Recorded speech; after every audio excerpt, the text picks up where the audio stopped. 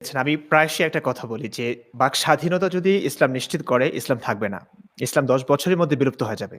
আমি এটা সিউর দিয়ে বলতে পারি। তারপরেও বলছি যে, ইসলাম দেখুন ১০০ বছর পর এই ধর্মর অস্তিত্ব থাকবে না।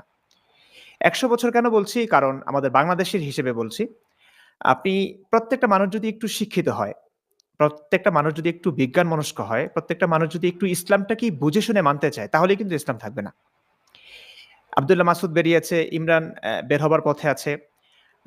সমাধান তো এখনো পায়নি। তাই আমি বলছি আমিও বেরিয়ে গেছি। তো ইসলামকে যখন মানুষ বুঝে শুনে মানতে চাইবে, তখন কিন্তু ইসলাম থাকবে না। এই যে এখন ইসলামটা ঠিকই আছে কিন্তু ভয়ভীতির উপর নির্ভর করে।